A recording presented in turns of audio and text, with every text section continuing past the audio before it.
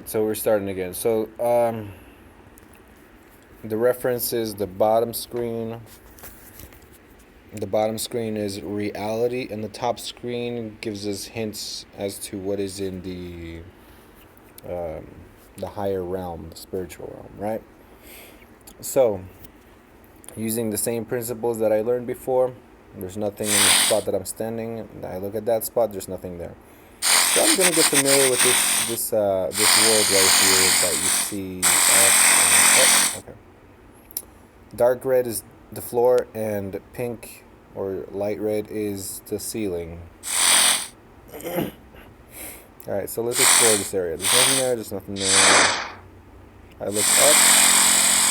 What thing? There's an enclosure, and there's a descension point all the way in the far. Oh, here. Let me get this over here. There's an ascension point all the way deep inside there. In that spot.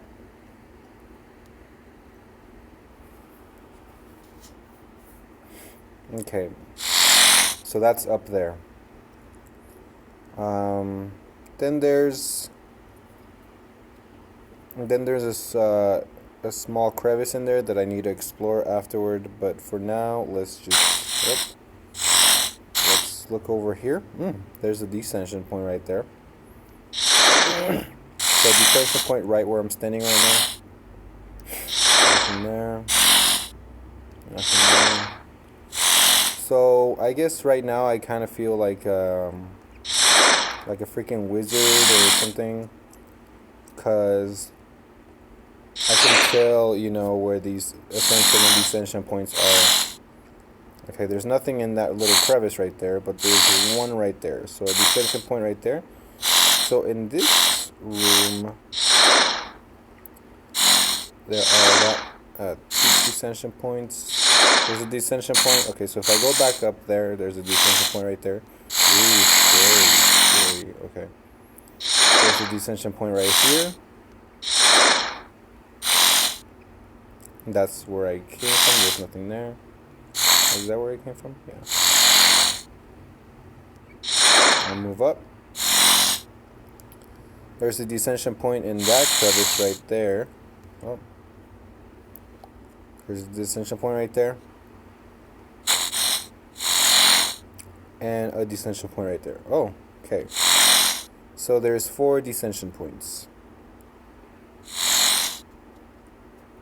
One in this crevice.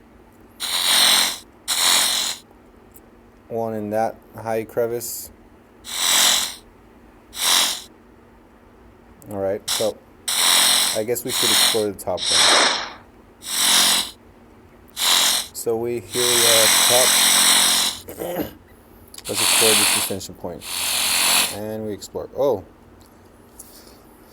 Okay, so it does lead somewhere. So that means I gotta be careful. Okay. But we have to remember this area where we came from. That weird thing. This weird apartment right here. Because if we forget it, then we won't know what it's like. We won't know if we get back. If we get back, we won't know that we got back. So let's remember this area. Okay. And it looks like this. Okay. You look down. There's an opening right there. And then you just go down, and at the bottom, no. And on the bottom, there's sort of a hallway right there and right there. Okay? So let's go back up there and explore that crevice. Okay.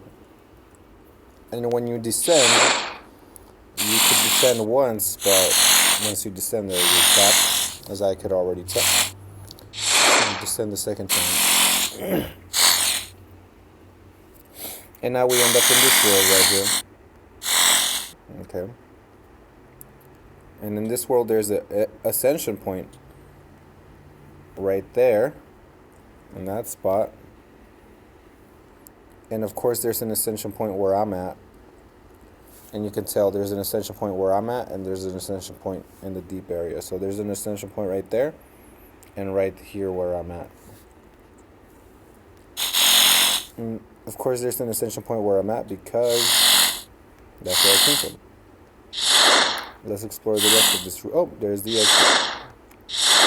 These are coming out to be very easy.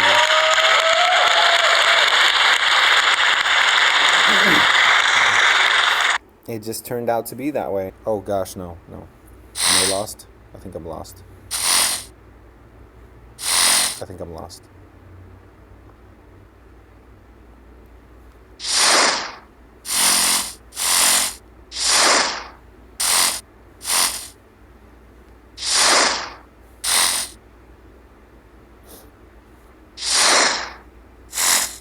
That's it, man. I'm lost.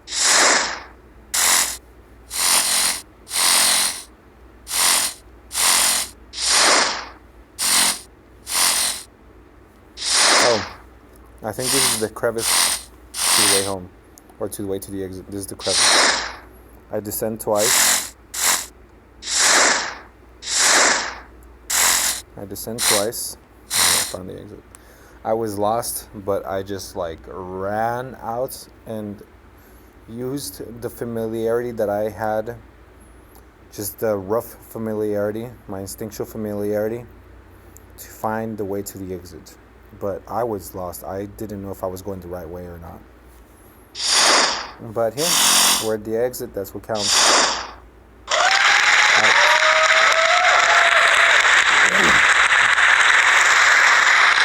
Did you remember where I was? I couldn't remember where I was. If you can keep track of all of that, props to you. The reason why I went to go back and explore was because, I don't know, finding the exit kind of seemed too easy, so I just wanted to go back so you could see the whole maze and see if you keep track of everything that I was doing. But everything that I'm saying, that's all the stuff that I'm keeping track of in order so that I won't get lost. If you were just like, whoa, where am I? Then that's kind of the point of that. So you can see how confusing it could get, and how thinking about it the way that I think about it could help you navigate, could help you keep track of all the landmarks, to know where you're at each ascension or descension, and to know where you're going and how to get there. So every time I face the ceiling, if I travel upward, I immediately face back in the direction, back to the sides, because I do not want to forget which way is up and which way is down. The same way, I do not want to forget which way is ascension and which way is descension. So every time I travel upward or downward, or ana or kata, I face back the way that I was facing to keep track of which way forward or the sides are. Yeah. Let's see other notes.